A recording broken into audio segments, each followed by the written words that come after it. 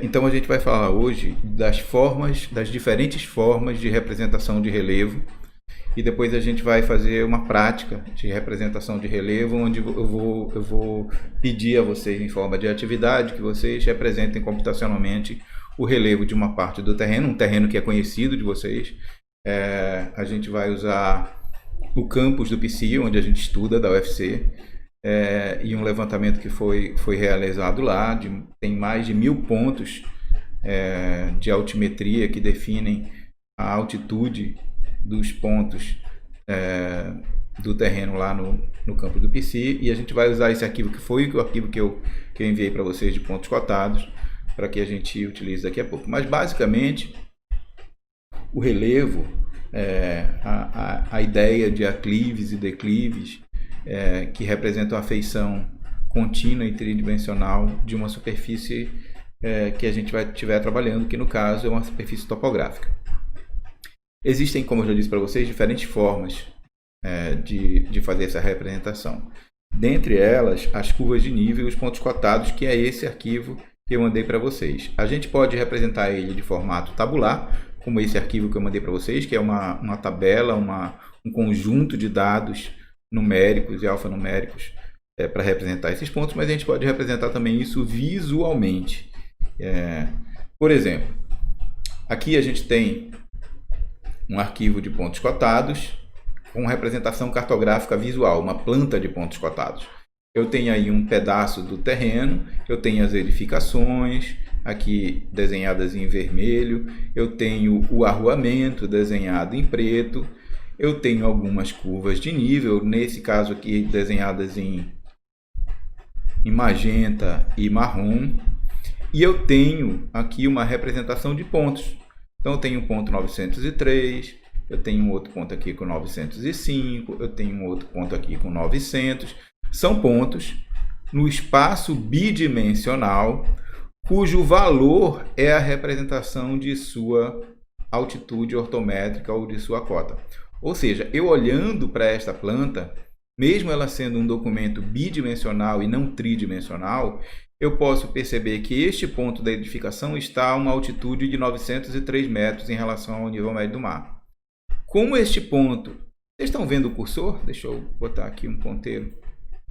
Como este ponto aqui está a 900 metros, eu poderia dizer que certamente este ponto aqui, que é um lado da edificação, esta área aqui, está 3 metros acima deste ponto aqui mais embaixo. Então, poderia dizer que daqui para cá eu tenho um declive.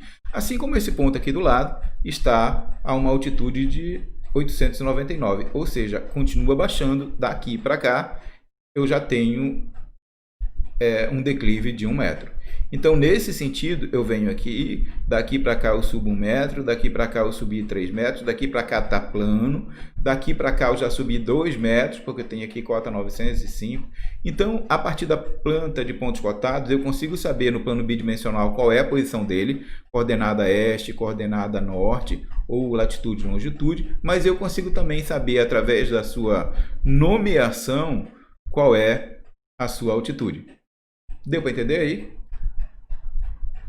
Essa planta de pontos cotados, ela normalmente é apresentada no formato bidimensional, mas ela é apresentada com valores inteiros. Como a gente vai fazer um exercício hoje, eu vou apresentar para vocês uma planta de pontos cotados com valores que foram coletados e não com os valores inteiros. E a gente vai usar os valores inteiros.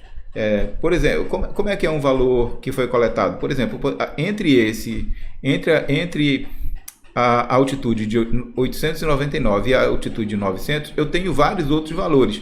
Eu tenho 899,1, 899,2, 899,187, 899,975, até chegar em 900.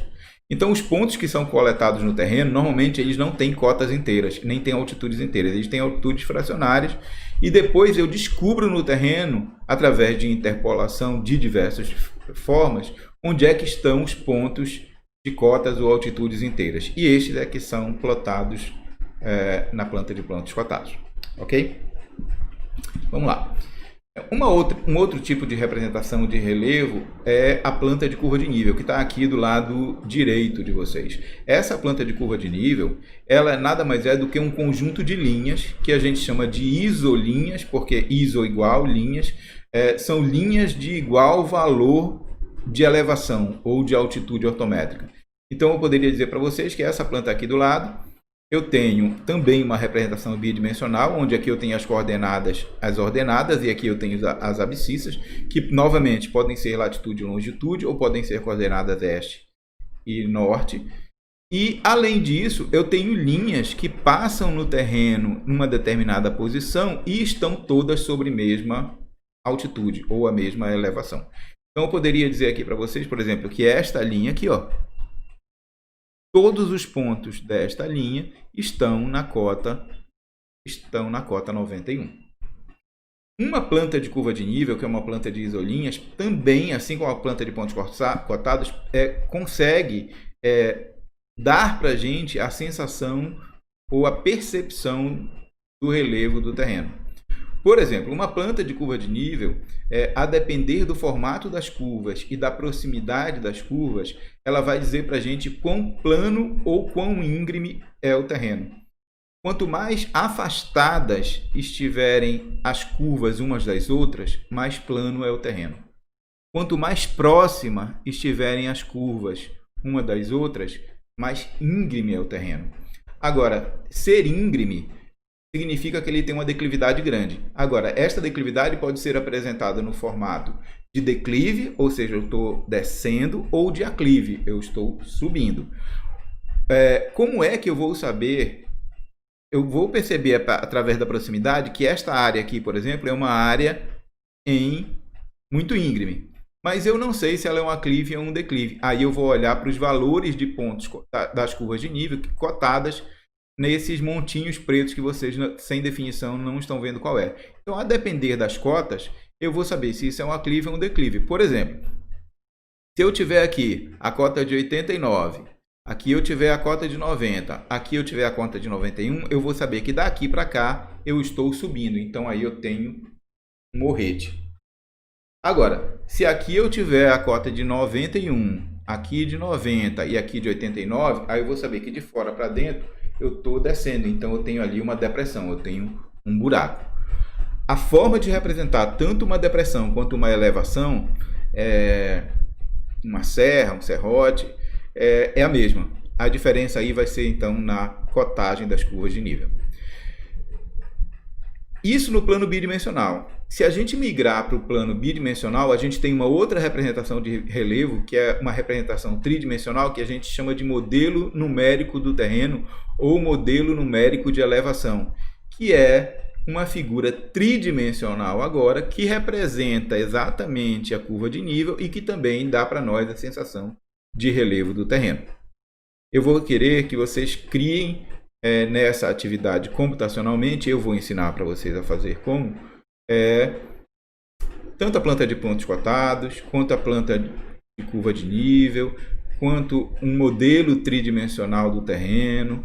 A gente vai, um mapa de declividade, calcular volumes, então é muito fácil fazer tudo isso computacionalmente. Não tão fácil fazer manualmente, mas eu vou ensinar para vocês. Pois bem, para que serve?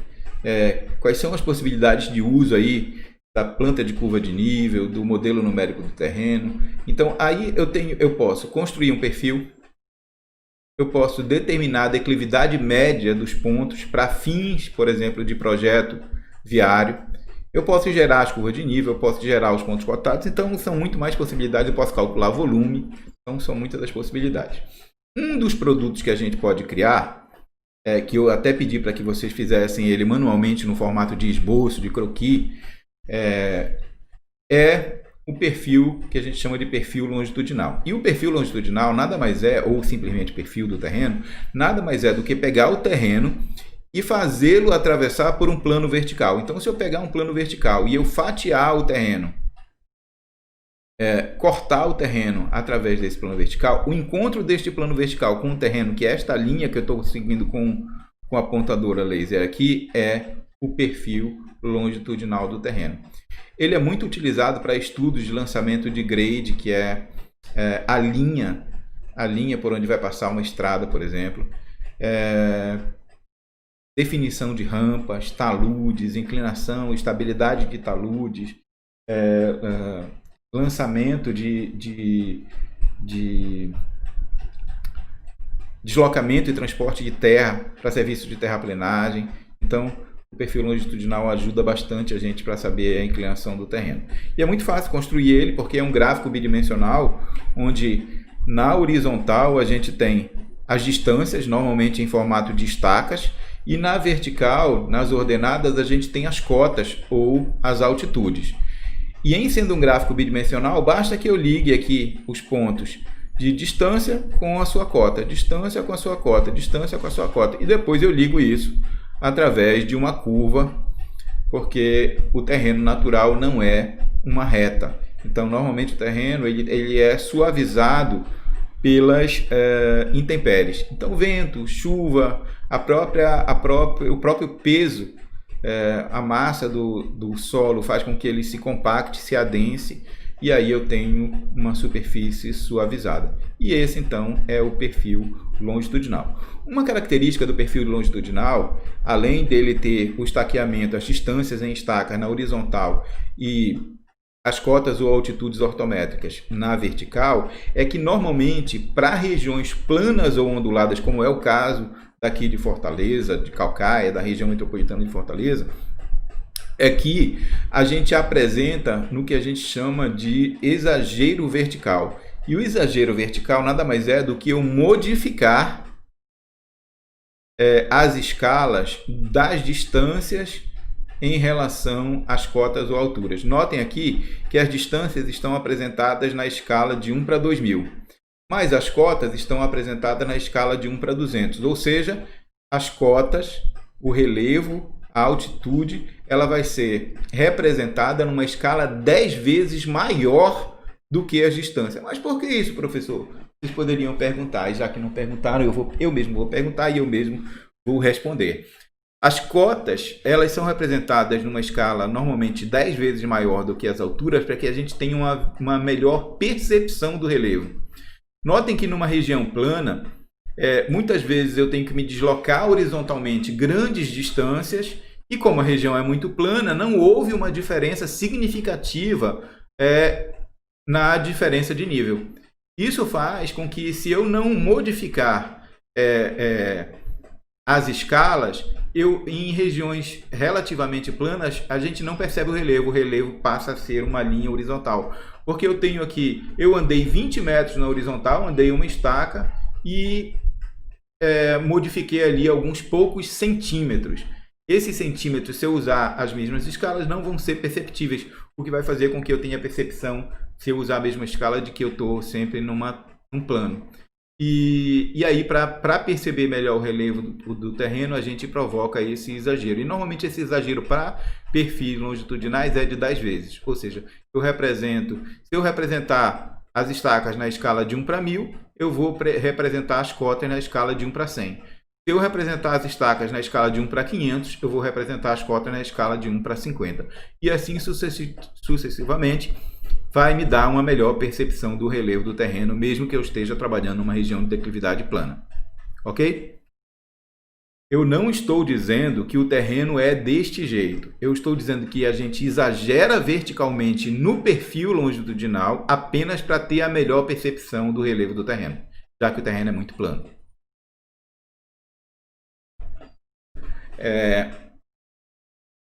Em contraposição ao perfil do terreno, há outro tipo de representação. O outro tipo de representação que a gente pode fazer do relevo é a representação em curvas de nível, que são isolinhas, como eu já tinha falado para vocês, linhas de mesma altitude ou de mesma cota, que são rebatidas sobre um plano horizontal a partir do cruzamento ou do corte do terreno natural, do fatiamento do terreno natural por planos horizontais. Lembrem que no perfil longitudinal eu corto o terreno com planos verticais.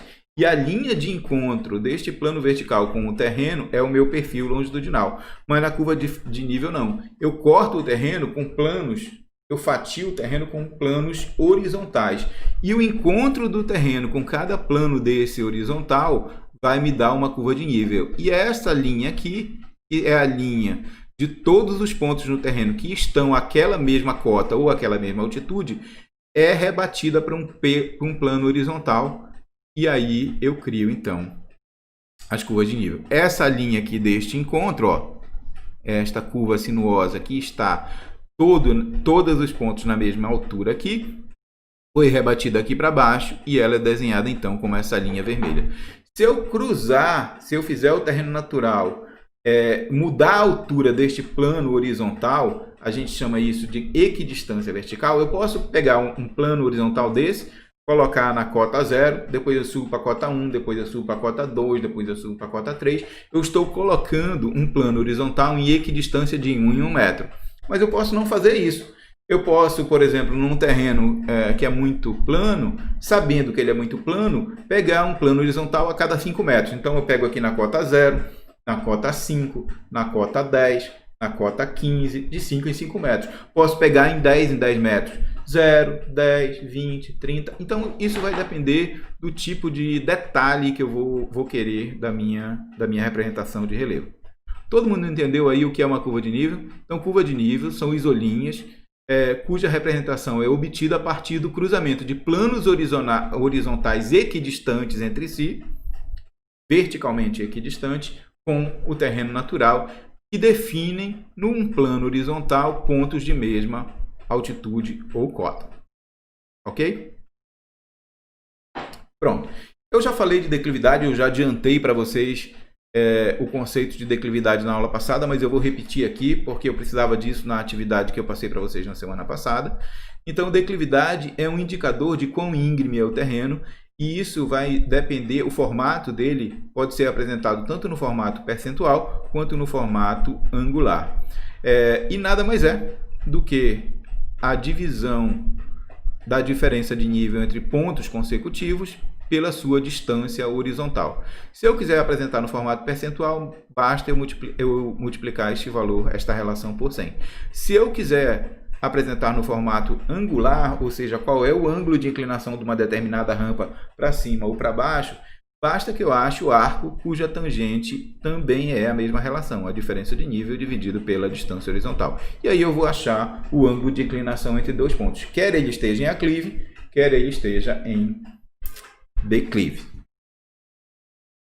Aqui também já tinha apresentado para vocês essa tabela, a representação normativa das classes e a sua interpretação em relação à declividade, tanto no formato percentual quanto no formato angular. Por exemplo, eu poderia dar para vocês aqui a descrição da classe B de declividade, que percentualmente varia de 3 a 6% de inclinação e ela é considerada moderada. Mas, se eu for usar o formato angular, essa mesma classe B, que é interpretada como declividade moderada, tem ângulos de inclinação entre 1,7 e 3,4 graus. Ok? Essa é uma representação de declividade. Eu poderia aqui apresentar para vocês uma elevação. Eu tenho o plano de referência aqui embaixo. Eu tenho planos de diferentes inclinações. Eu tenho uma inclinação no plano 1, uma declividade no plano 2 e uma declividade no ponto 3. Todas representadas do mesmo jeito. A diferença de nível pela distância horizontal multiplicada por 100, se eu quiser fazer no formato percentual. Então, eu vou ter as declividades e vou ter aqui embaixo o perfil longitudinal apresentado do mesmo relevo. Bem, existe um órgão no Brasil, que é o DENIT, o Departamento Nacional de Infraestrutura de Transporte, que já foi chamado de DNER no passado, que é um órgão federal que normatiza, que orienta o desenvolvimento de projetos viários, sejam eles pistas de aeroporto, rodovias ou ferrovias. E nesse sentido, ele classifica a declividade é um input, é uma entrada para eu começar a fazer o meu projeto. Eu preciso saber que tipo de declividade ocorre na região topográfica onde eu vou construir ou projetar uma rodovia, uma ferrovia ou um aeroporto, porque as normas de segurança me obrigam a saber disso. Então é feito o levantamento topográfico planimétrico, é feito o levantamento topográfico altimétrico, e desse levantamento topográfico altimétrico resultam as declividades. E aí o DENIT classifica não em várias classes de A até F, mas ele classifica em apenas 4 regiões. Região plana, que tem declividade de 0 a 8%, declividade, região ondulada, que tem declividade de 8 a 20, região montanhosa, que são declividades ligeiramente maiores do que 20, e região escarpada, que são regiões muito maiores, 40, 50, 60% de declividade. Aí eu já estou numa região chamada escarpada. A gente fez um exemplo aqui na aula passada, então não vou repetir, onde eu tenho 2 pontos, as suas distâncias apresentadas no formato de estacas e as suas cotas apresentadas aqui em metros, e pedi que vocês calculassem a distância entre o PI1 e o PI2, a diferença de nível entre o ponto PI1 e PI2, dividissem um pelo outro e apresentassem qual era a declividade, encontrassem o valor da declividade e apresentassem qual era a classificação. O resultado desse exercício aí deu 12, alguma coisa por cento, e essa região entre o PI1 e o PI2 foi classificada como uma região ondulada. A gente fez esse exercício na aula passada, eu não vou repeti-lo aqui.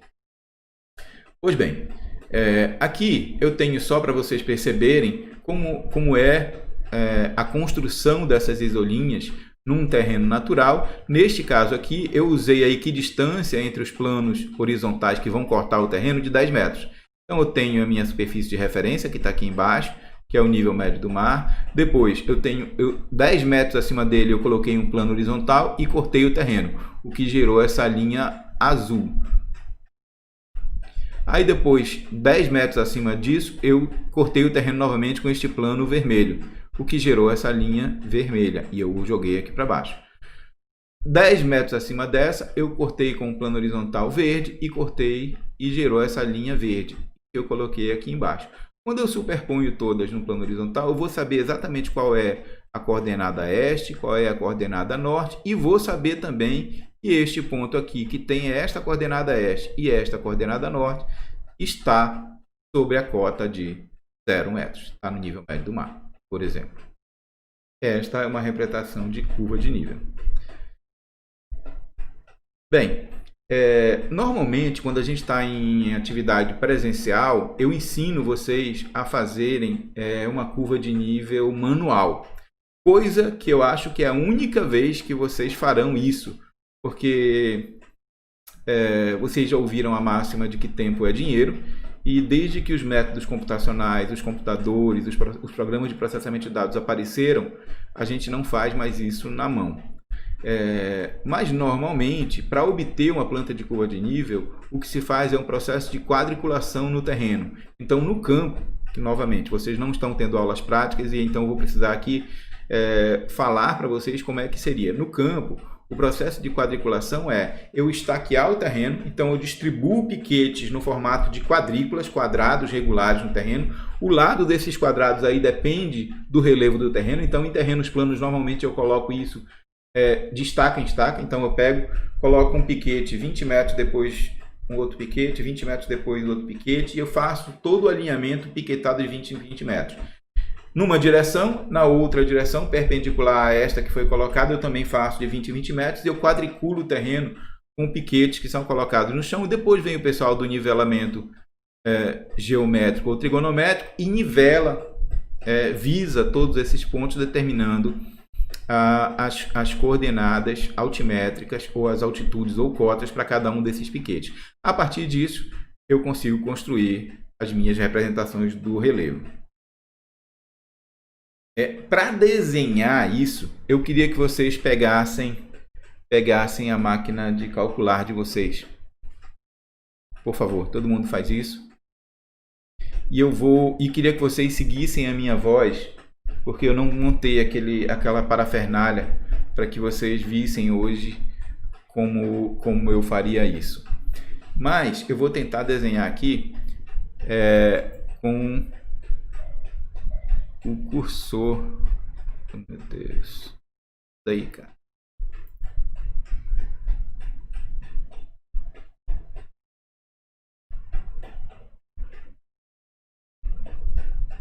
Todo mundo pegou a caneta? Pegou a máquina? Pronto. Eu vou tentar fazer um desenho para vocês aqui com o cursor para que vocês entendam e calculem isso para mim. Vamos tentar entender essa interpolação gráfica da seguinte forma. O que eu tenho são pontos de cotas ou altitudes que não necessariamente são valores inteiros. Ok? E eu quero saber, me interessa saber, como variável, onde passam os valores de cota inteira, que é por ali que vai passar a minha curva de nível. Ok. Então, olha o exemplo que eu coloquei aqui. Seja um ponto A de cota 12,6 metros. Seja um ponto B de cota 13,7 metros. Sabendo que a distância horizontal entre A e B é uma estaca, ou seja, 20 metros, determine o ponto de cota inteira que passa entre o ponto A e o ponto B e a sua localização. Como é que eu faria isso? Aliás, esse aqui é o jeito que a gente usa e que o computador usa também para fazer a interpolação entre dois pontos. Essa interpolação linear entre dois pontos para determinação de cota inteira, vocês já sabem, já fizeram isso várias vezes na vida e começaram a fazer isso no ensino fundamental. Sabe como é que vocês chamam isso? Alguém tem alguma ideia? Pode desbloquear o microfone e falar.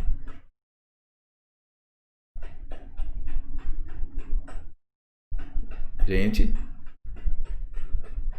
vocês já sabem fazer isso. Olhem lá. Vamos ver o desenho aqui. Vou tentar esclarecer para vocês depois do desenho. Digamos que eu tenho um ponto A aqui. Este aqui é o meu ponto A. Digamos que a base aqui, que é esta linha aqui embaixo, que não é uma linha, parece uma curva, é a minha referência, superfície de referência. Logo, essa distância daqui até aqui é a minha cota do ponto A. Ok? E a cota do ponto A para mim é 12,6 metros. Digamos agora que eu tenho um outro ponto bem aqui. Este ponto eu estou chamando de ponto B. E a cota dele, que é a distância vertical até a superfície de referência, que deveria ser uma reta, e por falta de habilidade do vosso professor não foi, essa distância vertical eu chamei de cota de B. E como já foi mencionado, ela é maior do que a cota de A. Ela é 13,7 metros. Obviamente, eu estou olhando o terreno em corte, em perfil. O terreno aqui seria alguma coisa assim. Professor, você não consegue mesmo traçar uma reta, né? Não consigo. Delícia. Falta de habilidade com o mouse, sei lá. Pois bem, entenderam aí, né? Esse aqui é o perfil do terreno. E aqui embaixo a minha superfície de referência. Aqui eu tenho a cota de A, aqui eu tenho a cota de B. Só que a cota de A aqui é 12,6. A cota de B é 13,7. Entre a cota de A 12,6 e a cota de B 13,7, em algum lugar passa uma cota inteira múltiplo de 1 metro. Ou seja, passa a cota 13. A pergunta que não quer calar é: onde passa a cota 13? Para isso, a gente vai usar a boa e velha interpolação linear, onde eu vou lançar a mão de um triângulo retângulo. Professor, seu triângulo retângulo não está muito triângulo e não está muito retângulo. Pois é, mas é um triângulo retângulo. Use a imaginação de vocês, ligando o ponto A ao ponto B. E imaginem que isso que eu desenhei aqui, com muito boa fé, é um triângulo retângulo. Pronto. Considerando interpolação linear, significa que eu vou considerar que o crescimento dessa cota ou altitude entre o ponto A e o ponto B é uma linha reta. Ok. Então, eu posso usar a semelhança de triângulo. Como eu sei que a distância do ponto A e o ponto B é uma estaca de 20 metros, eu sei que a base do triângulo maior é 20 e eu sei que a altura desse triângulo maior aqui é quanto, hein, pessoal? Essa diferença de nível aqui entre o ponto A e o ponto B é 13,7 menos 12,6. Então, este pedacinho aqui é 1,1. Concordam comigo? Se eu pegar a cota de B e subtrair da cota de A, vai ser 13,7 menos 12,6. Então, essa diferença de nível, que é este cateto menor aqui, é 1,1. Então, eu conheço tudo do triângulo maior. Eu sei que este cateto maior é 20 e que este cateto menor é 1,1. Deste triângulo menor, que é este aqui, ó, eu não sei qual é a distância a partir do ponto A que ele está, e eu vou chamar de x, e esta é a minha incógnita. Mas eu conheço esse cateto aqui.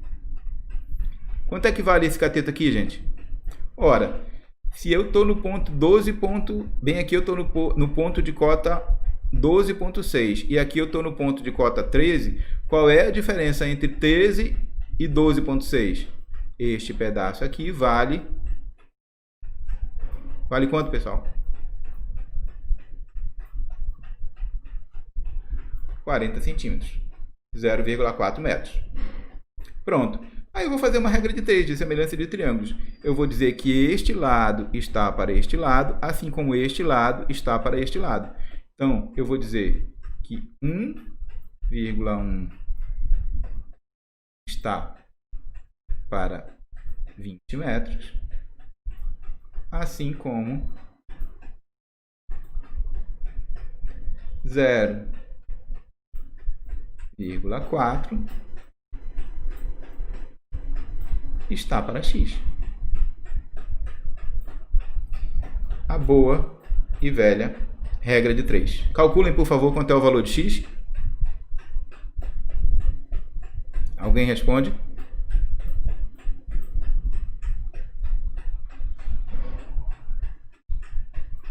Três casas decimais. Pronto.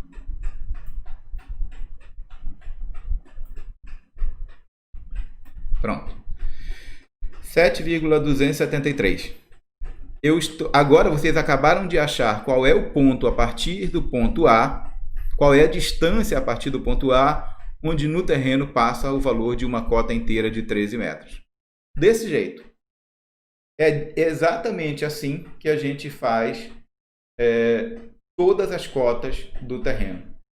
Isso é fácil, isso é simples, só dá trabalho de fazer conta entre todos os pontos que foram, dos piquetes que foram feitos no terreno. Todo mundo entendeu isso aí, gente? Alguém ficou com dúvida como é que faz isso? É muito simples. É a aplicação de regra de 3 na determinação de cotas inteiras do terreno, que a gente chama de interpolação gráfica linear. Bem, esse silêncio me diz que todo mundo entendeu e que não há dúvida nenhuma sobre isso. Eu vou passar.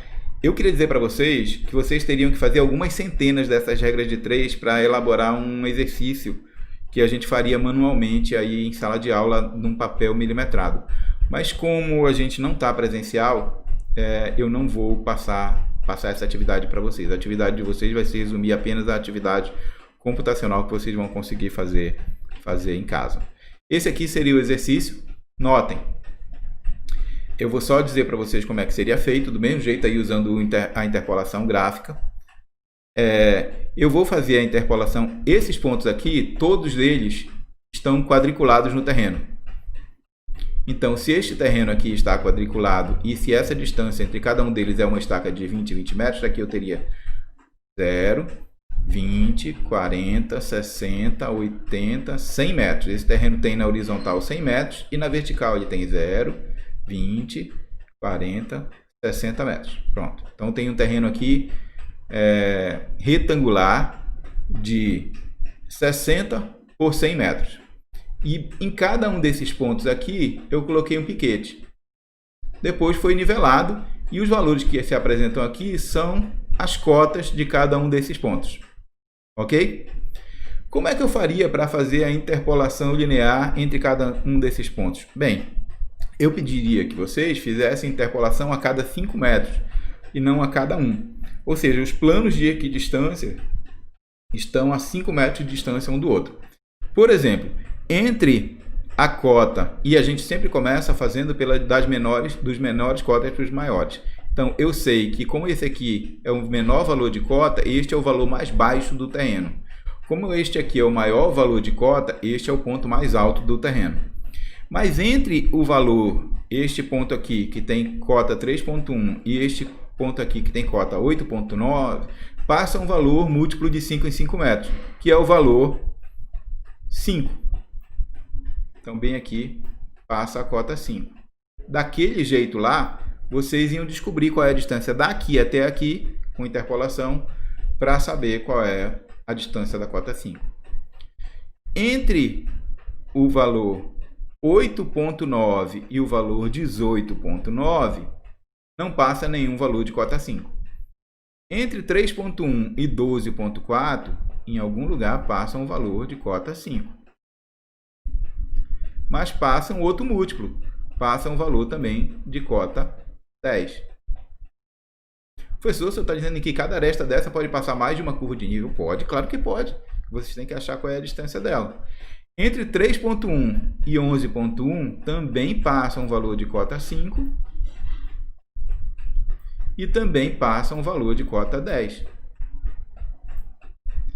Entre 3.1 e 7.6 só passa um valor, que é de cota 5. Não passa nenhum outro múltiplo de 5. Olhem só, depois quando eu fizer isso, eu posso mudar a cor desse trem? Pronto. Quando eu juntar todos os pontos de cota 5, que eu achei a posição deles, eu tenho a minha primeira curva de nível, que é a curva de nível de 5 metros. A mesma coisa eu vou fazer com a cota 10,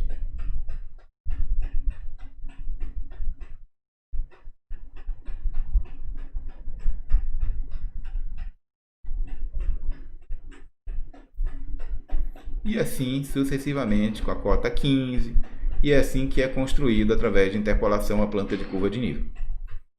Todo mundo entendeu aí? Normalmente eu peço que vocês façam isso, construam isso manualmente em um papel milimetrado para aprender a fazer curva de nível.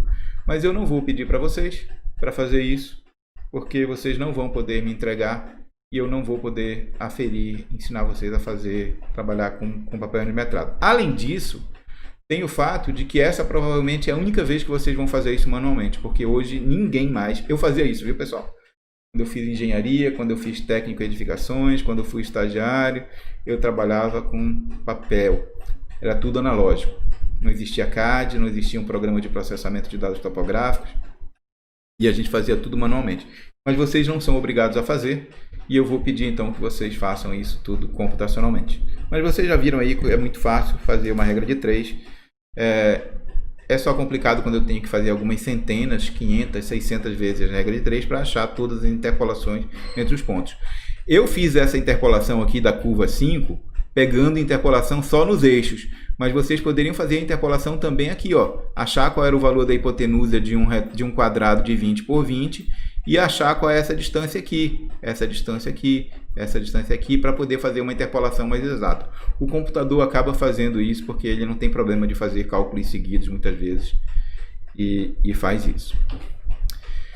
Pois bem, vamos começar a fazer. Agora que vocês já sabem o que é um perfil longitudinal, um ponto cotado, uma curva de nível, um modelo numérico do terreno, vamos usar um programa brasileiro que é o DataGeoSys, e eu não ganho nada para isso. Aliás, ele é proprietário, desenvolvido por engenheiros paulistas, é uma empresa que é a Alesio Teodolini, que funciona em São Paulo, mas ele é distribuído de forma gratuita no formato demo para as universidades e é por isso que a gente vai utilizar. Pessoal, existem outros softwares que a gente pode fazer isso, existem N softwares que a gente pode fazer isso. Eu só vou usar esse porque ele é em português, porque ele é gratuito para as universidades e porque a gente tem facilidade para instalar na versão dos sistemas operacionais do Windows que a gente usa normalmente de 64 ou de 32 bits, tá certo? Mas vocês não precisam usar esse se não quiserem, eu só vou usar esse por causa da facilidade. Pois bem, eu vou pedir para vocês agora, para eu interromper a apresentação aqui, e vou compartilhar com vocês a minha tela,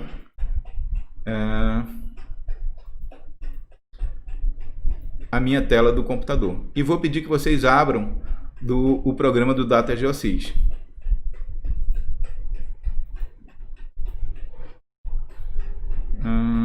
Uma janela.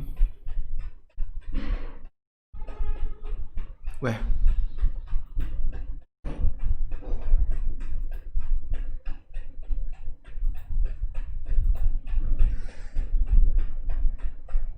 Vocês estão vendo aí o Data Geosys?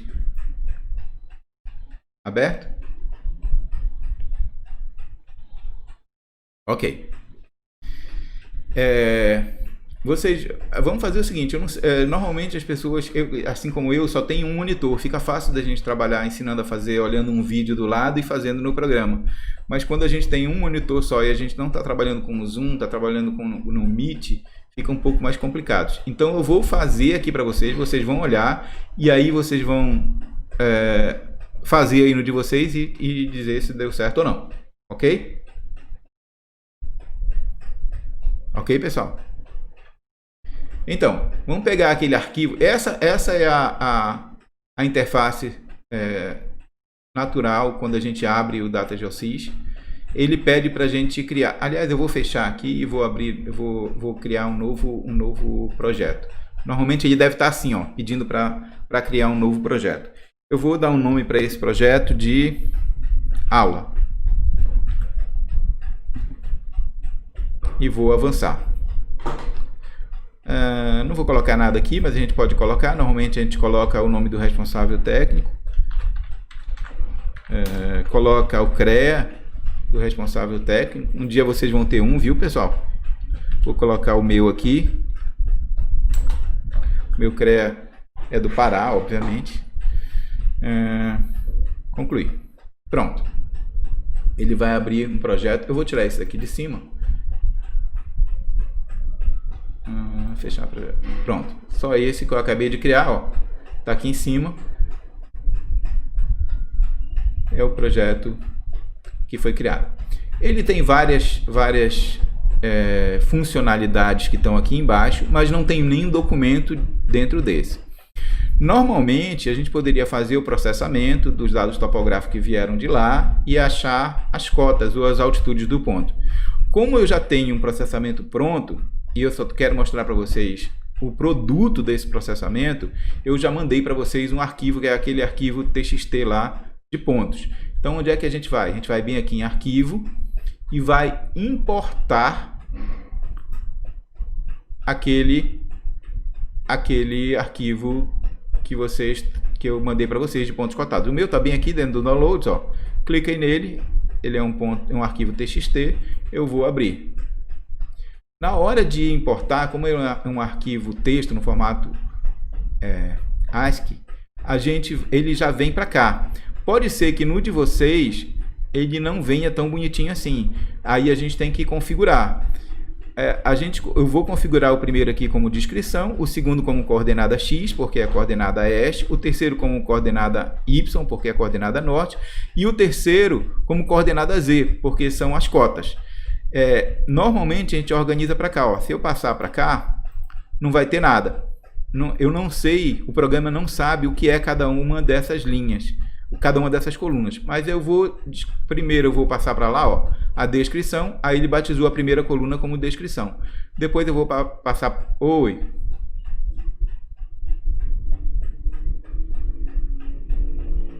Posso sim, eu vou voltar aqui. Pronto. Eu vou cancelar aqui e vou importar novamente. Olha lá, arquivo, importar o arquivo. Aí eu vou lá no local, no meu browser, onde está no meu computador, onde está o arquivo, e abrir. Aí ele vem para cá e vai perguntar, vai estar tudo assim, em branco. O topo das colunas vai estar tudo desorganizado em branco. Se no de vocês, bem aqui em cima, não tiver em caderneta de coordenadas, por favor, tiver em caderneta de campo ou geodésia, vocês têm que ajustar aqui para a caderneta de coordenadas. Ó. Na hora que a gente faz isso, ele vai deixar aqui em branco e vai perguntar, ué, o que é essa primeira coluna? O que é essa segunda coluna? O que é essa terceira? O que é essa quarta? Aí eu vou dizendo para ele, ó, essa primeira coluna aqui é a descrição do ponto. Aí ele já batizou. O que veio para cá também, ó. Essa segunda é a coordenada este, então eu vou batizar ela como X. Basta eu clicar para lá, ó. Ele batizou como X. A terceira coluna é coordenada Y e a quarta coluna é coordenada Z. Deu para entender? Aí ele batizou todas as colunas e agora o programa sabe o que é isso. Quando eu der um OK, eu tenho que dar um nome.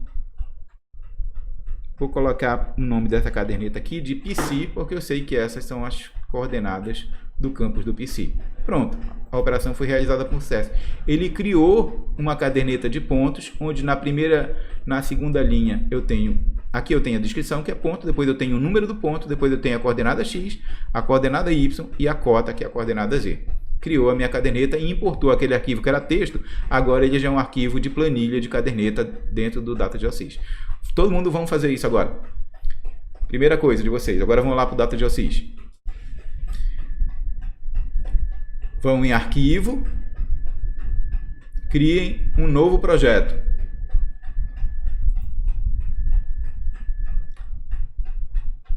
Deem um nome para o projeto e depois importem a caderneta para dentro dele.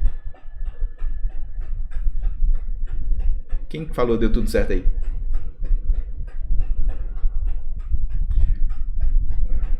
Calma, Janderson. Nem todo mundo é acelerado igual você. Igual a você e igual a mim também. Vocês têm que ficar com o trem desse jeito aqui como está a minha. O projeto de vocês, que vocês deram um nome, e na caderneta, uma caderneta importando aqueles pontos de lá. Todo mundo fez? Deu certo aí? Alguém não fez ainda? Eu espero ainda.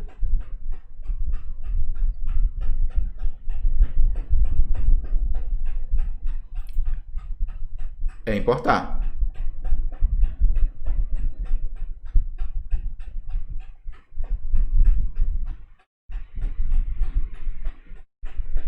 Aí ok, o primeiro você clica em descrição e clica na setinha para o lado direito, para ele ir para o lado direito. Aí ele batiza a primeira coluna, depois em X, setinha, Y, setinha, Z, setinha. Aí ele batiza as colunas todas e aí depois se aplica, aceita.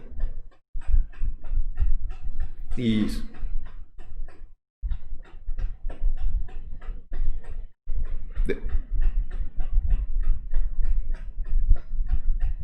Não. Quem está falando? Oi, Janson. É o seguinte, ele aceita diversos formatos. Ele aceita planilhas de outros processadores de dados topográficos. Ele aceita formato de texto. Ele aceita do Excel. Se você for para o Excel e salvar como uma... se você tiver essa planilha no Excel, esses dados no Excel, você pode salvar como um TXT. Pode salvar como um DXF, pode salvar... Ele aceita vários formatos diferentes. Tá bom? Essa planilha, inclusive, ela não era ASCII, não era um texto. Ela era uma planilha do Excel que eu exportei como um arquivo TXT, separado por tabulações. E aí ele aceita. Pronto. Todo mundo está aí nesse ponto, né? Agora voltem para cá, para minha tela. Saiam não. Visualizem novamente a minha tela que eu vou fazer mais um passo.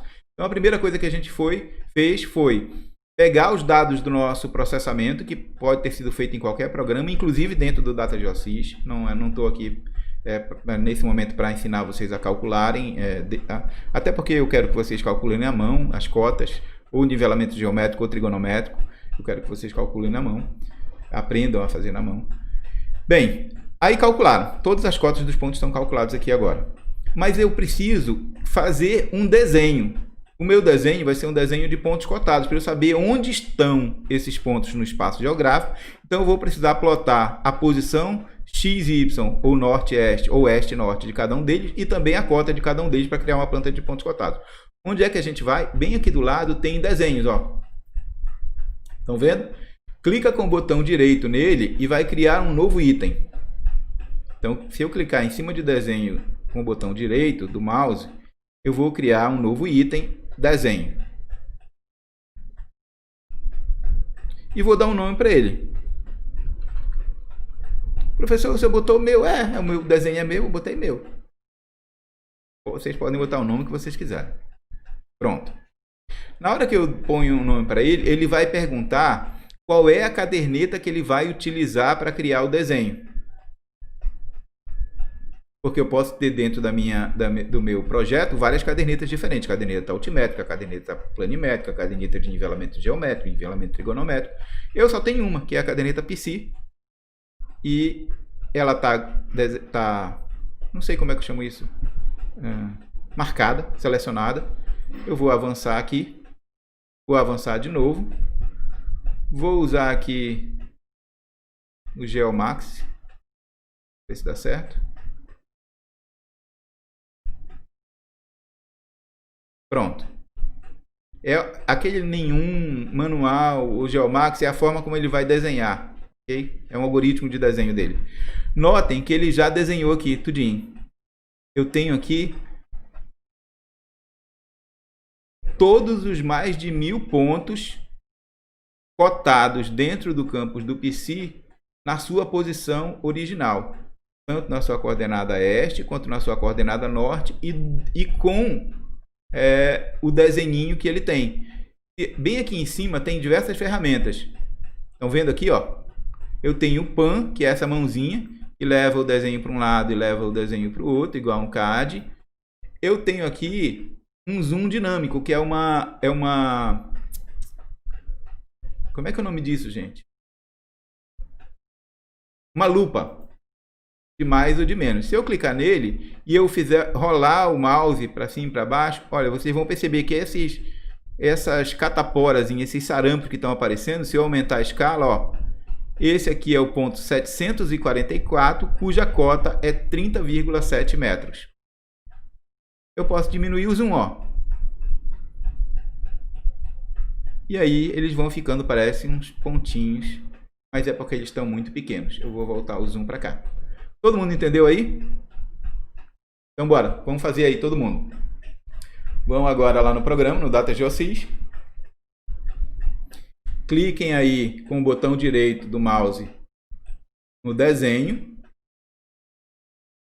Criar item. E cliquem em desenho. E aí deem um nome para ele, o nome que vocês quiserem.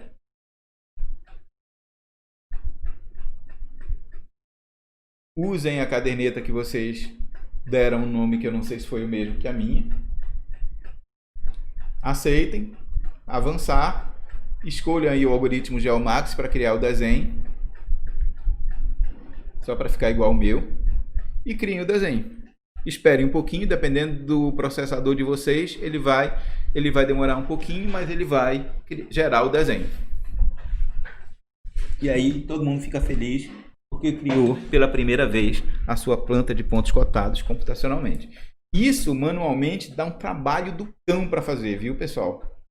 Mas não é difícil, só é trabalhoso. Mas aí é bem fácil criar. Até porque, se vocês forem olhar aqui em cima a caderneta, clicar 2 vezes em cima dela, vai reabrir a caderneta. E se vocês rolarem o scroll aqui para baixo, vocês vão perceber que dentro do campus do PC existem neste formato 1248 pontos. Eu não estou falando de 2, de 3, de 4, de 5 pontos como eu dou nos exercícios para vocês fazerem. Eu estou falando que neste trabalho foram levantados 1248 pontos para definir o relevo do campus do PC. Então vocês teriam que fazer aquilo lá 1248 vezes até apresentar um desenho como esse. Ok? Se vocês forem enrolando aí, vocês vão perceber que vocês têm diversos pontos com altitudes diferentes. Então o que está em verde aqui no meu desenho é o número do ponto. E o que está em azul no meu desenho é a altitude do ponto ou a cota.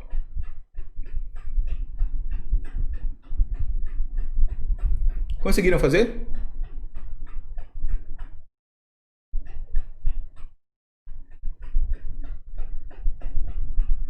Janderson?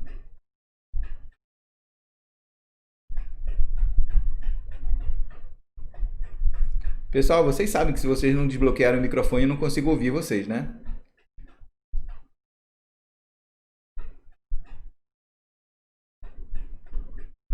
Pronto, tranquilo. Então pronto, esse é o primeiro desenho de pontos cotados que vocês têm, que vocês fazem na vida de vocês. Vocês estão, imagino que vocês estão completamente em êxtase, todo mundo excitado, o maior frisson de ter conseguido desenhar o seu primeiro planta de pontos cotados computacionalmente. Eu não quero só isso. Eu preciso que vocês modelem esse terreno e entre cada um desses pontos, por exemplo, aqui, ó, vou pegar qualquer um. Vou pegar este ponto e este ponto. Ah, tem uma coisa que eu não disse para vocês. E eu preciso dizer. Existem diversas formas de eu fazer levantamento altimétrico. Quer seja por nivelamento geométrico, quer seja por nivelamento trigonométrico. Procedimentos operacionais de campo, coisa que vocês não estão vendo. Por exemplo, este aqui foi feito por triangulação. Foi feito através de nivelamento trigonométrico, estação total e triangulação. Então eu tinha 2 ou 3 auxiliares, esses auxiliares estavam cada um com um prisma e eu tinha uma estação total visando os diferentes pontos do prisma. E através de estação total e onda eletromagnética foi calculado todas as cotas desses pontos. Isso significa que o terreno não foi quadriculado, ele foi feito por triangulação nos pontos de interesse, por isso que os pontos não são regularmente distribuídos no terreno, ok?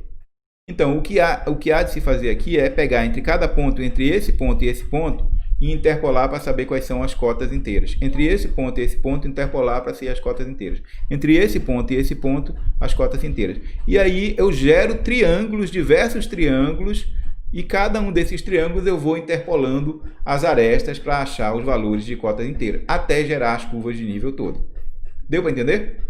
Então, não necessariamente eu tenho que interpolar as arestas de um quadrilátero, eu posso interpolar as arestas de um triângulo. Pronto. Vamos gerar a nossa primeira planta de curva de nível a partir dessa interpolação, desses 1242 vértices, que vão gerar mais de 50 mil triângulos diferentes. Ok. Como é que a gente faz? Vamos bem aqui, ó. Modelo do terreno. Voltem, por favor, para a apresentação.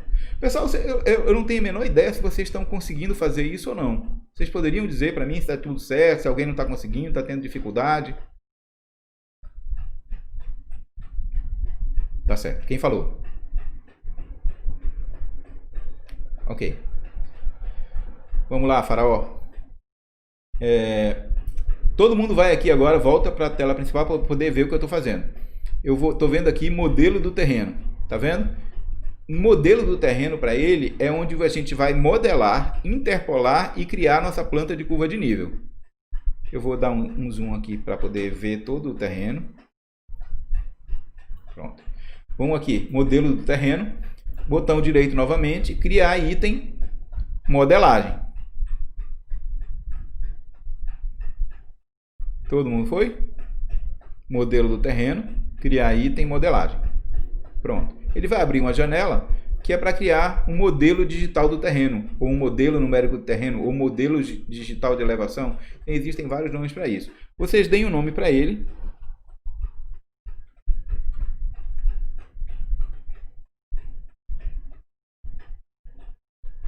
Professor, você escreveu meu de novo? Eu quis escrever meu de novo, e aí? O de vocês colocam o que vocês quiserem. O meu, eu escrevo meu de novo. Eu poderia escrever uma coisa mais funcional, tipo isso, ó. Não vou escrever isso, não.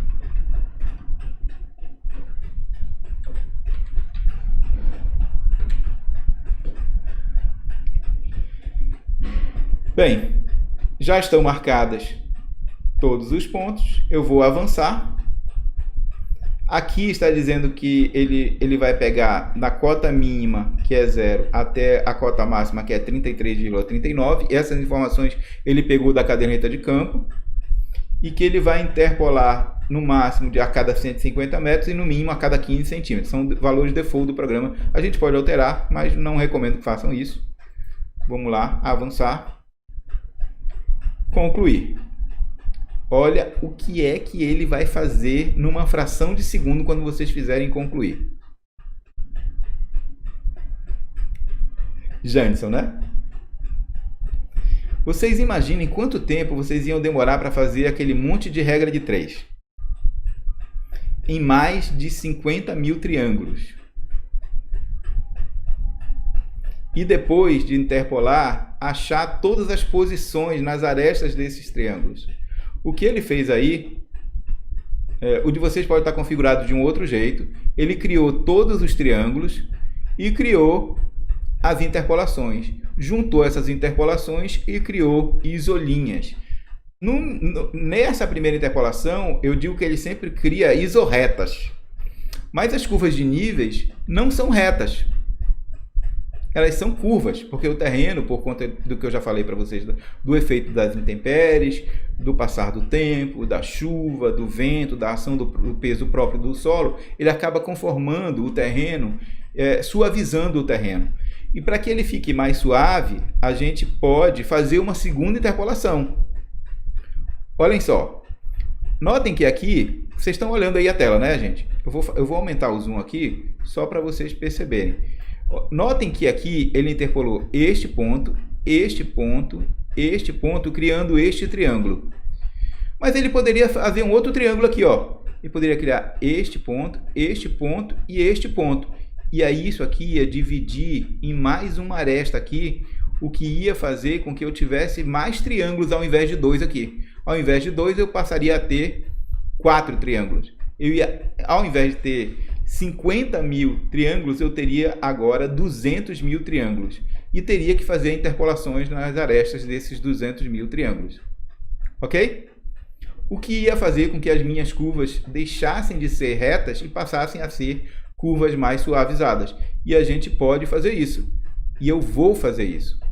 Olhem lá. E onde é que a gente faz isso? Bem aqui, ó, em cima, no menu Modificar. Criar malhas, que é suavizar.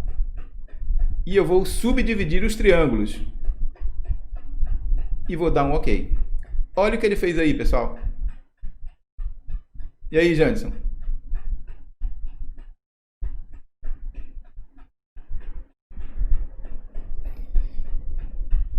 Calma. Modificar. Tá vendo aqui em cima? Dotmed. Criar malha, suavizar. Clica aí, ele vai abrir uma janelinha. Nessa janelinha é para estar marcado o option de subdividir triângulos. E aí basta dar um OK. E ele vai fazer essa papagaiada aí.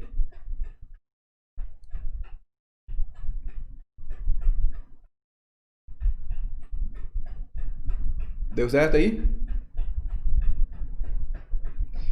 Aí as curvas de nível já estão ficando com mais cara de curvas. Mas eu podia subdividir mais, para ela ficar mais suave ainda. E eu vou fazer isso de novo. Professor, o seu tá o cão, é verdade. Vou repetir o processo. Ele vai subdividir os triângulos de novo.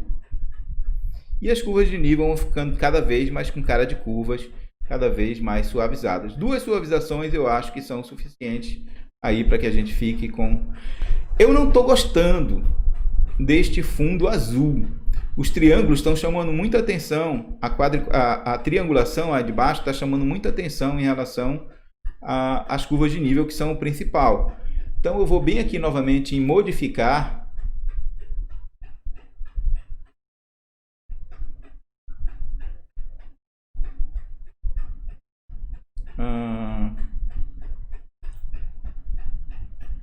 Nem onde é que faz isso, meu Deus. Configurar. Configurações de modelagem. Bem aqui, ó. Configurar modelagem. Aí eu vou mudar o triângulo de azul para que ele fique numa cor mais simpática para mim. Cinza. Ok. E o vermelho, eu vou chamar mais atenção para ele. Eu vou colocar verde. Esse verde aí que eu não sei o nome dele. Pronto. Olhem só o que aconteceu. Eu modifiquei a configuração de visualização das minhas curvas de nível. Agora, a triangulação que deu origem à interpolação está em cinza, por baixo, e as curvas de nível estão em verde. E aí a gente poderia fazer vários trabalhos como esse, e aí vocês vão ter que apresentar para mim uma planta de curva como essa, uma planta de curva de nível como essa, na atividade de vocês. Vão ter que apresentar uma planta de curva como essa, mas não uma planta de curva exatamente igual a essa. Vão ter que apresentar uma planta de curva de nível cotada, porque curva de nível sem cota não é curva de nível. Eu preciso saber onde é que o terreno está baixando, onde é que o terreno está subindo. Uma coisa dá para perceber aqui, ó. Quanto mais afastadas são as curvas de nível, mais plano é o terreno. Quanto mais próximas são as curvas de nível, mais íngreme é o terreno. Mas o campus do PC já passou por um processo de terraplenagem, então ele já é bem plano, né? Ele tem alguns buracos. Por exemplo, essa área bem aqui, gente, vocês poderiam visualizar. Essa área bem aqui, ó, onde está o meu cursor, é a área do nosso lago, do nosso açude, aquele que tem na entrada do campus do PC. A gente vai já ver isso aqui. Professor, você vai ensinar a gente a cotar? Não vou ensinar vocês a cotarem, mas eu vou dizer onde é que tem essa informação em vídeo para vocês aprenderem a fazer e apresentarem para mim a curva de nível cotada. Uma outra coisa que a gente poderia fazer aqui para vocês era o seguinte. Essas curvas de nível aqui, elas estão a cada 1 metro. Onde é que você foi, professor? No mesmo lugar, ó. Vem aqui em cima. Configurar. Configurações da modelagem. No mesmo lugar onde eu mudei a cor, amarelo agora, ó, no mesmo lugar onde eu mudei a cor, na configuração de modelagem, eu digo também quais são os planos de equidistância que eu quero para essas curvas de nível. Tem muita curva de nível aqui, porque essas curvas de nível estão de metro em metro. Mas se eu não quiser de metro em metro, eu posso alterar aqui, ó, a cada 5 metros. Vai diminuir bastante o número de curvas de nível. Olha lá. Agora, eu estou fazendo com que o terreno do campo do PC, o relevo do campo do PC, seja cortado por planos horizontais a cada 5 metros. E isso define uma curva de nível. Obviamente, elas vão estar mais afastadas do que se eu cortasse de metro em metro e fizesse um fatiamento mais próximo. Todo mundo entendeu aí? Eu queria que vocês fizessem isso, pessoal. Quando vocês acabam. Vocês estão fazendo? Tá dando certo aí? Que bom. Quem é esse que diz o tempo todo por enquanto tá tranquilo? Ok, então. Pois bem. Vocês estão gostando aí desse negócio? De fazer essa brincadeira aí? Tá, né? Muito. Pensei que vocês nem gostassem de topografia, tivessem chateados comigo. Não sei se eu falo, se eu continuo ensinando para vocês, se não, deixa eu ver. Vou continuar. Tá bom, né? Beleza, vamos fazer o nosso 3D para que o Janderson entre em clímax. Vamos lá, vamos aqui do lado. Vamos clicar no modelo 3D, bem aqui, ó. Com o botão direito, criar um item, criar um 3D, bem aqui, ó. Aqui embaixo. Todo mundo tá vendo? Vamos lá fazer? Dei um arquivo para ele. Agora eu já estou colocando qualquer coisa. E aí ele vai abrir uma janelinha. Nesse momento eu posso criar seções transversais, perfis longitudinais ou superfícies de modelo numérico. É para estar marcado aqui o option de superfície de modelo numérico. Ele vai perguntar qual é a modelagem que ele vai utilizar, porque eu posso ter feito diversas modelagens diferentes. Eu vou usar a minha modelagem, que eu chamei de meu de novo, e vou dar um OK. Dentro de tudo isso, ele cria este modelo digital do terreno, parece uma folha quadrada. Professor, só isso aí, gente? Olha lá, pessoal. Se eu pegar o cursor aqui embaixo e levantar, ó, olha o que ele vai fazer.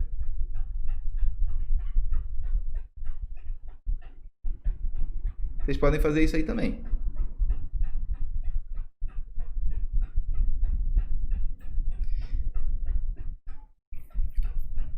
Exatamente, o terreno é muito grande e ele está muito plano. Se a gente colocar ele de lado aqui, ó, a gente mal consegue ver, tá vendo? Quem perguntou isso? Ok, Guilherme, mas eu vou resolver o seu problema bem aqui em cima, ó, na configuração 3D. Todo mundo tá vendo? Bem aqui em cima no menu horizontal tem uma aba de configuração 3D. E uma delas é chamada de exagero vertical, que é a mesma coisa que eu disse que a gente deve fazer no perfil longitudinal para poder ver, exagerar verticalmente, mudar a escala vertical para que a gente tenha uma melhor percepção de relevo. Então vamos clicar aqui no exagero vertical e vamos colocar aí no exagero vertical 10 vezes e dar um OK. Agora coloquem de lado para vocês verem.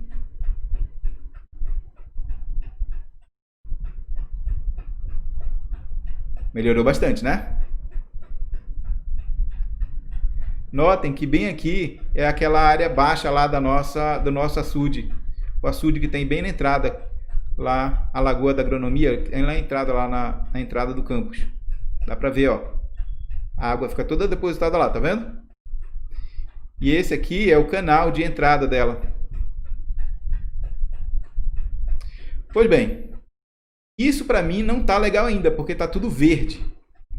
Vamos aqui na configuração 3D e vamos colorir por altura, ó. Agora o Janderson, olha aí. Agora o negócio tá ficando...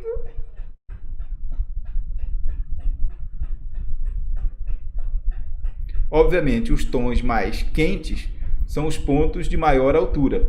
Os tons mais frios são pontos de menor altura. Eu poderia fazer o contrário. Poderia mudar a configuração de cores, mas eu não vou entrar nesse detalhe aqui. Ok?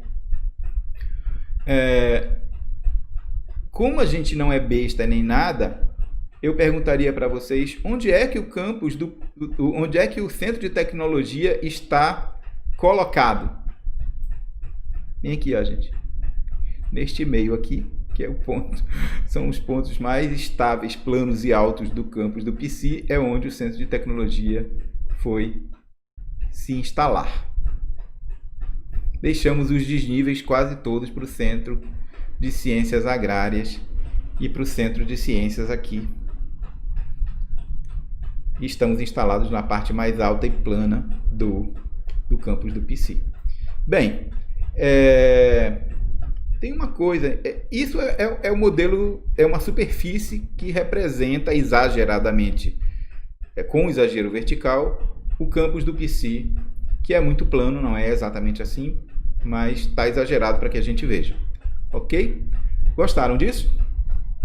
A gente poderia fazer várias coisas. Oi, quem é que está falando? Aluna. Oi, Breno. Bem aqui, ó. Configuração 3D, exagero vertical. Beleza? Se eu quiser ver isso com os triângulos que deram origem a essa interpolação, eu posso bem aqui, ó, adicionar malha. E ele vai aparecer todos os triângulos que a gente não está vendo porque está aparecendo só os vértices que eles estão por baixo. Mas eles estão aí, ó. Tem muita coisinha que a gente... Configuração 3D. Adicionar malha, bem aqui, ó.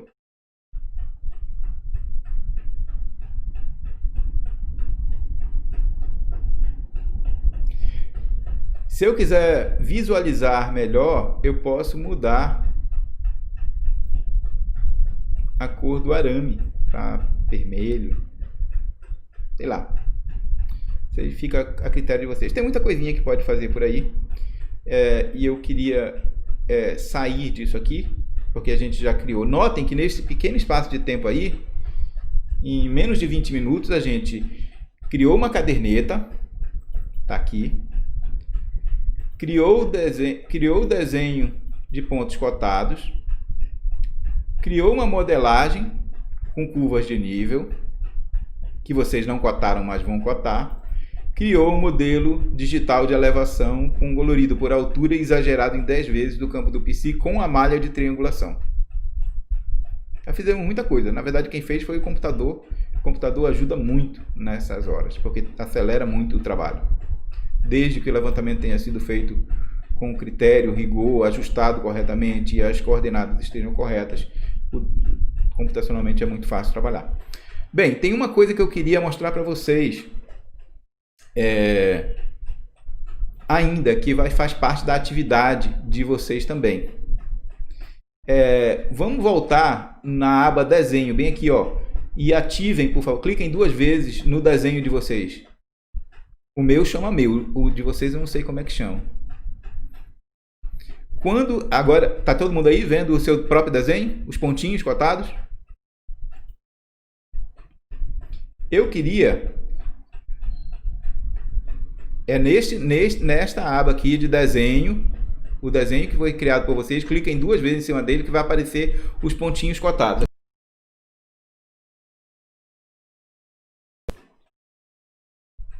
Está configurado aí. Todo mundo aí? Eu vou ensinar para vocês a gerar um mapa de declividade do terreno. O que é declividade, professor? A gente falou ainda agora. É um indicador de variação de aclives e declives do terreno. E eu posso gerar um mapa para saber as diferentes declividades que ocorrem numa área onde eu vou desenvolver um projeto. Ok? Por exemplo, vamos aqui em cima.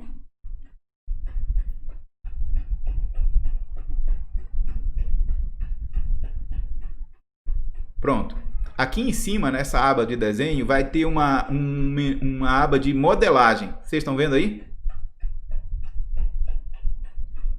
E dentro dela tem um mapa de declividades. Todo mundo achou? Modelagem, mapa de declividade. Se vocês clicarem nela, vai abrir uma janelinha. Nessa janelinha, vocês vão dizer quantas classes, ou seja, qual é a quantidade de intervalos que vocês vão querer. Vão escolher as cores para elas e vão dizer qual é o percentual que vocês querem de declividade. Por exemplo, de 0 a 2 vai ficar azul escuro. Esse foi o default do programa. Eu não vou mexer aqui só para vocês verem. De 2 a 6 vai ficar azul claro, azul água. De 6 a 12 vai ficar verde. De 12 a 20 vai ficar amarelo. Até 45 vai ficar laranja. E entre 45 e 60 vai ficar vermelho. Obviamente, muitas dessas declividades a gente não tem dentro do campus do PC, porque a gente não tem serras e buracos dentro do PC. A nossa região ali é de região plana ondulada, lembram disso, né? Então, se eu deixar aí mesmo, desse jeito, eu podia diminuir aqui para 6, aumentar para 8. Eu vou diminuir aqui só para 4. Então, vai ficar de 0 a 2, de 2 a 6, de 6 a 12 e maior que 12. Pronto. Agora eu vou dar um OK aqui. Olhem o que ele vai fazer ao gerar essas interpolações e pintar para mim nessas cores. Dependendo do processador de vocês, é muito rápido fazer isso. No meu aqui já foi. Pronto. Esse é o mapa com as diferentes declividades do terreno. A maioria do terreno é plana, está de 0 a 2 de declividade, porque o campo do PC já foi trabalhado nos anos 70 para que ele pudesse receber os centros que formaram a Universidade Federal do Ceará. Ele já sofreu um processo de terraplenagem que planificou muito das áreas do campus do PC. Então a gente só tem aí de fato mesmo pouca coisa que é um pouco mais íngreme, mas bem pouquinha coisa. A maioria está aí menor do que 6%. O azul claro e o azul escuro são de 0 a 2 e de 2 a 6% de inclinação. Esse é o mapa de declividade. Quem sou eu?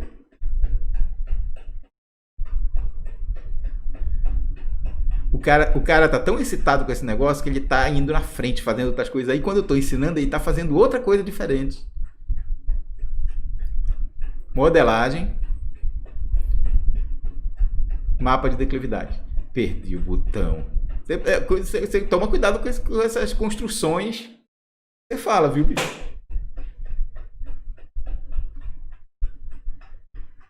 Deu certo?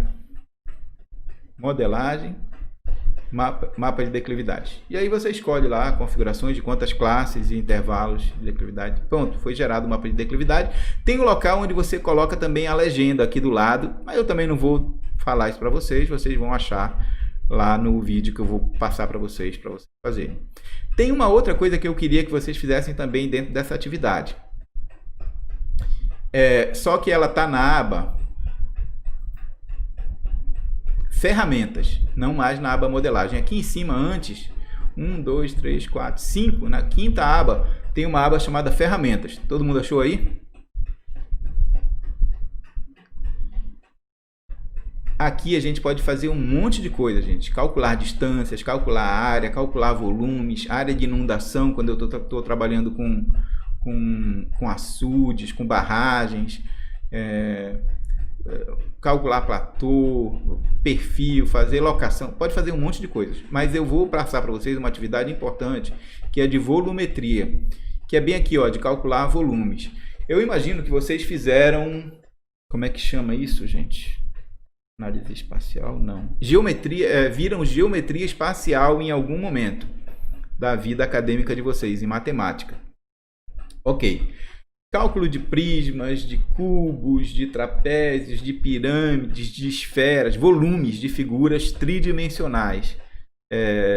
Geometria espacial. Pois é, essa é uma aplicação grande de geometria espacial, onde a gente, dentro da engenharia, vai calcular movimentação de terras.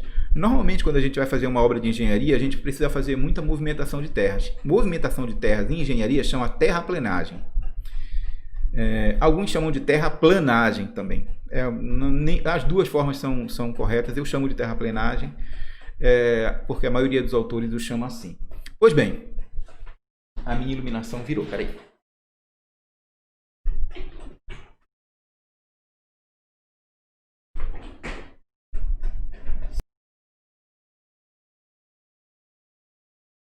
Câmera, microfone, luz. Até o ator de Hollywood, que sou eu.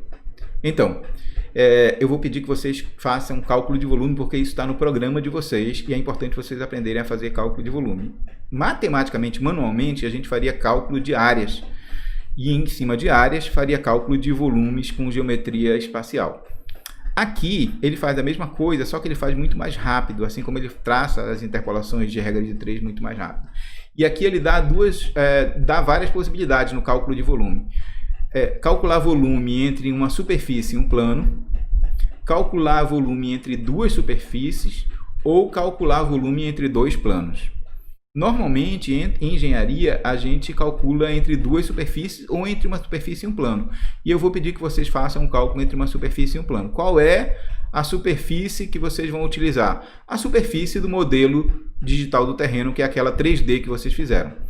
Agora, a gente vai fazer por suposição, vai fazer a suposição aqui de que eu quero planificar o terreno do campus do PC. Obviamente, pontos que estão abaixo desta cota de plano que eu quero vão ter que ser aterrados. E o que tiver em cima vai precisar ser cortado. Em engenharia, normalmente, principalmente na parte de projeto viário, o que a gente faz é tirar de onde está muito alto, desmontar e transportar para tapar os buracos de onde está muito baixo. E aí a gente consegue planificar o terreno para uma obra de engenharia. Obviamente, antes de tudo isso, foi feito um estudo ambiental, um estudo de impacto, um estudo geotécnico para poder fazer isso. Então, aqui, como é só uma simulação, vamos fazer uma simulação entre uma superfície e um plano. E aí eu tenho que dizer, que é a primeira opção, eu tenho que dizer qual é a superfície. A superfície é a superfície que foi gerada lá pela minha modelagem, que eu chamei de meu de novo. E aqui do lado eu tenho que dizer qual é a cota do plano que eu quero. A cota do plano que eu quero, eu vou colocar aqui de 17 metros. Ou seja, eu quero tornar o campus do PC... Não, 17 não, 18. Que é uma altura, mais ou menos a altura ali do bloco 708. A entrada do bloco 708 está ali a mais ou menos 18 metros de altura. 18 e alguma coisa. Pronto, eu quero transformar o campus do PC num grande plano, cuja altura é a mesma altura do bloco 708, ali da entrada do bloco 708, que é 18 metros. Eu quero que ele calcule corte e aterro, saber onde é que eu vou precisar tirar, que está mais alto do que 18 metros, e onde é que eu vou precisar aterrar, que é onde está mais baixo do que 18 metros. Eu vou que ele represente, vou querer que esse option aqui de representação de corte e aterro graficamente tem que estar marcado, tá? E escolho as duas cores aqui. Eu vou escolher para corte vermelho e para aterro verde. Vou mandar ele calcular. E vou marcar esse option aqui de criar tabela no desenho, que é para ele botar uma tabela lá de quanto é. Mas aqui eu já sei, ó. Eu já sei que eu vou ter aqui a quantidade de metros cúbicos que vão ser trabalhados, quanto eu vou ter de corte, ou seja, eu vou ter 2.952.410 metros cortados e 2.924.000 metros quadrados que vão ser aterrados. Está mais ou menos equilibrado aí. Vou dar um fechar aqui. Ele cria a tabela. Ok. E cria o desenho para mim, ó. Então, se eu quiser tornar o campus do PC um plano na altura de 18 metros, eu vou ter que cortar todos os lugares onde estão em vermelho, vou cortar todos os lugares onde estão em verde e vou ter que aterrar em todos os lugares que estão em verde. Cortar e aterrar. E eu tenho uma caderneta que precisa ser colocada em algum lugar. E foi colocada ali. Bem, eu estou com problema no meu processamento aqui, meu computador está lento. Eu tenho um Lentium. Vocês vão aprender a fazer isso também. E agora eu quero... E depois que vocês fizerem tudo isso, vocês vão salvar este arquivo, esse projeto. Vão zipar. Salvar todos os documentos. Vocês não vão mandar para mim nada em papel, vão mandar o arquivo salvo. Mas eu tenho algumas coisas para dizer para vocês antes. Na hora que vocês forem criar o projeto de vocês, vocês vão criar o projeto de vocês, um novo projeto, e na hora que vocês forem fazer isso, vocês vão criar esse projeto bem aqui, ó. Vão criar na raiz. Então vai ser C, crie uma pasta lá dentro do arquivo raiz. Por que a gente precisa fazer isso, professor? Bem aqui, ó, disco local. Aí vocês vão colocar dentro do disco local um projeto com o nome de vocês. Por que vocês vão precisar fazer isso? Porque na hora que eu for corrigir isso, eu vou pegar o arquivo que vocês mandarem para mim compactado e descompactar no meu disco raiz, C. Alguns de vocês têm computadores HDs particionados em disco C, D, E, F, G, H. Se vocês colocarem disco dentro de um subdisco que eu não tenho e dentro de uma subpasta que eu não tenho, eu não vou conseguir. Quando eu descompactar aqui e eu abrir isso dentro do programa, ele não vai achar o caminho. Então, por isso, precisa estar dentro do disco C. Ok? Criem uma pasta dentro do disco C e dentro dessa pasta vocês coloquem todos os seus projetos e documentos que vão ser feitos. Tá certo? Aí eu consigo corrigir, consigo abrir aqui no meu para poder fazer a correção. Professor, mas se eu não tenho computador aqui, eu não estou conseguindo fazer. Depois a gente vai fazer isso. Então, se é só o pessoal que está conseguindo acompanhar aí, está conseguindo fazer com o computador aí agora. Beleza. Uma outra coisa que eu quero dizer para vocês, além disso, dessa parte operacional,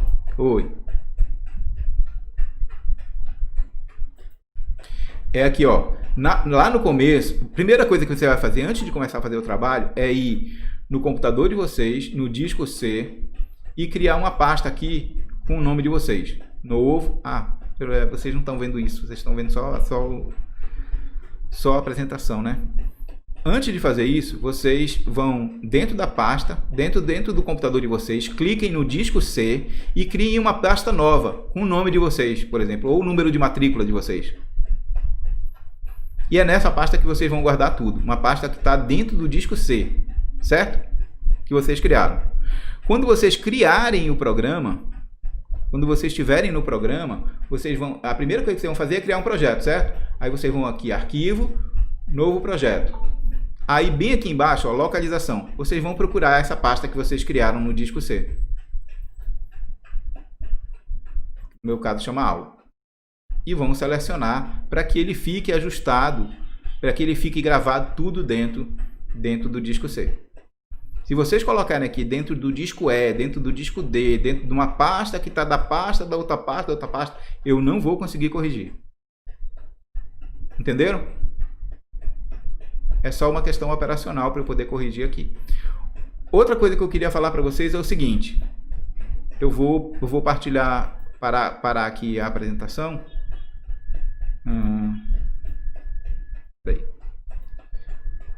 E vou partilhar com vocês aqui a minha tela. Vou apresentar uma outra coisa aqui. Deixa eu ver aqui.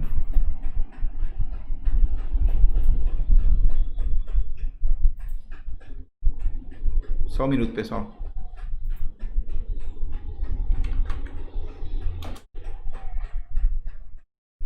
Beleza. Deixa eu ir aqui com vocês. Vou partilhar com vocês aqui a minha tela de internet.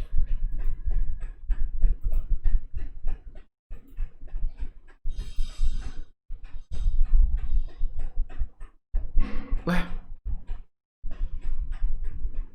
Não tô achando. O que eu faço? Agora é do Google Chrome.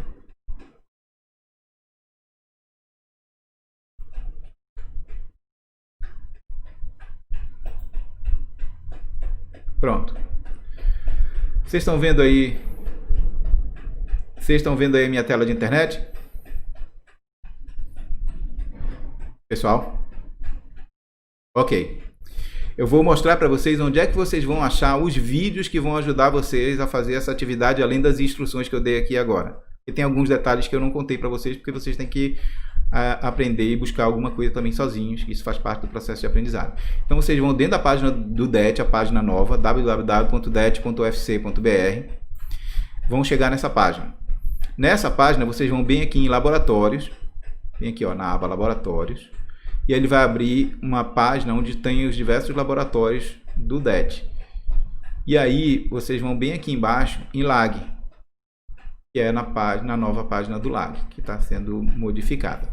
Quando entrar bem aqui, vocês vão ter uma aba aqui em cima de material de apoio. Estão vendo? Ó. Quando vocês clicarem nela, ela deve trazer vocês para essa subpasta. E bem aqui embaixo tem datas de OSIS. Se vocês rolarem, vai ter datas de OSIS. E tem um monte de vídeos do YouTube ensinando a fazer diversas atividades. Entre essas que eu falei para vocês e outras atividades, outras operações dentro do datas de OSIS. Oi, aluno.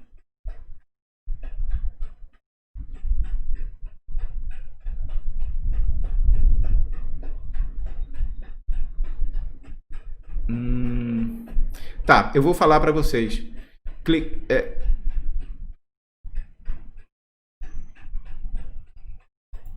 Pera aí.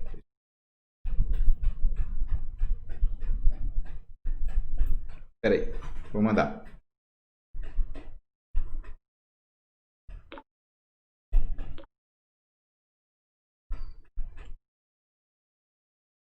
Mas se vocês seguirem o que eu estou falando, vocês não precisam nem ver no Meet. Entrem aí www.det.ufc.br. Eu vou falando para vocês e vocês vão fazendo.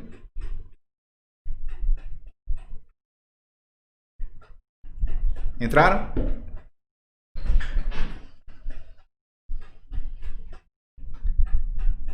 Agora, vocês vão na aba Laboratórios.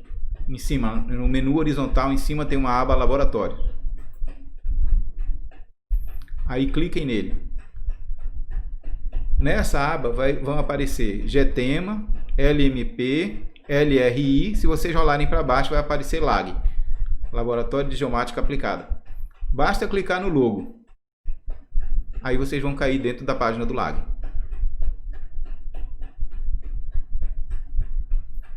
Vocês estão fazendo, gente?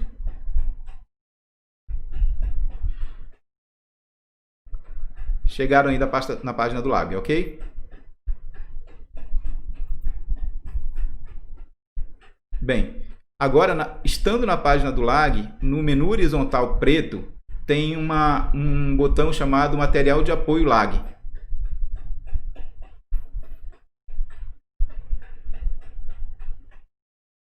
Acharam? É só clicar nele.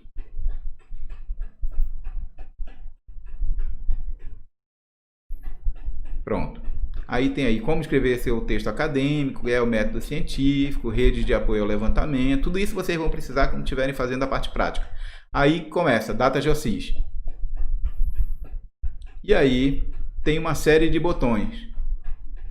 Configuração, poligonação, desenho assistido por computador, modelagem de superfície, cálculo de volume e declividade, projeto de vias. Ele serve inclusive para quando vocês estiverem fazendo o projeto de construção da infraestrutura viária.